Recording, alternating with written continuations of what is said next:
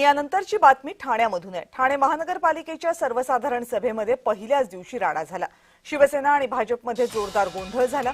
राष्ट्रवादी आणि शरद पवार गटही आक्रमक झाले। लक्षवेधी वाचून दाखवण्यासाठी विरोधक आणि भाजप आग्रही आहेत।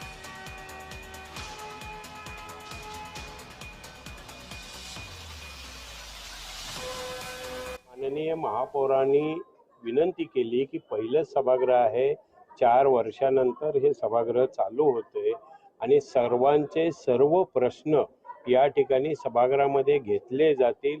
सभागृहामध्ये कोणाचीही गळचेपी केली जाणार नाही। प्रत्येक लोकशाही पद्धतीनं सभागृहामध्ये प्रत्येक सदस्यांना आपलं मत मांडण्याचा निश्चितच अधिकार आहे आणि त्या अधिकार निश्चितच महापौर महोदया हिरावून घेणार नाहीत।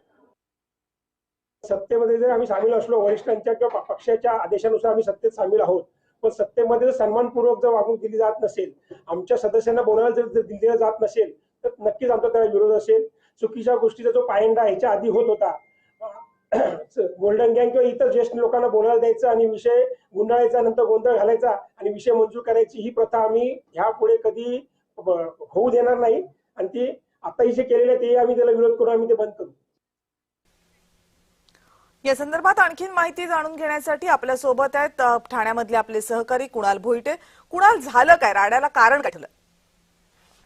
आज पहिली महासभा जी आहे ती सुरू होते आणि या दरम्यान लक्षवेधी सूचना ज्या आहेत त्या भाजपच्या नगरसेवकांना मांडायच्या होत्या।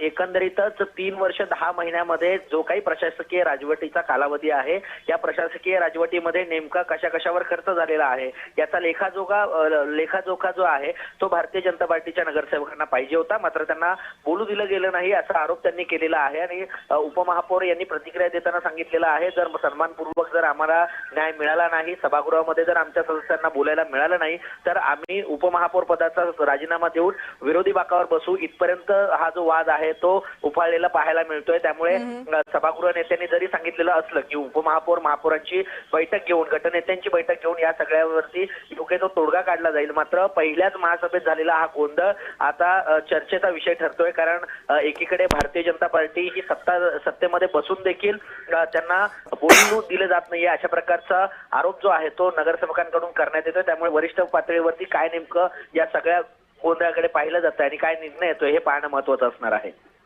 कुणाल, धन्यवाद तुम्ही दिलेल्या माहितीबद्दल।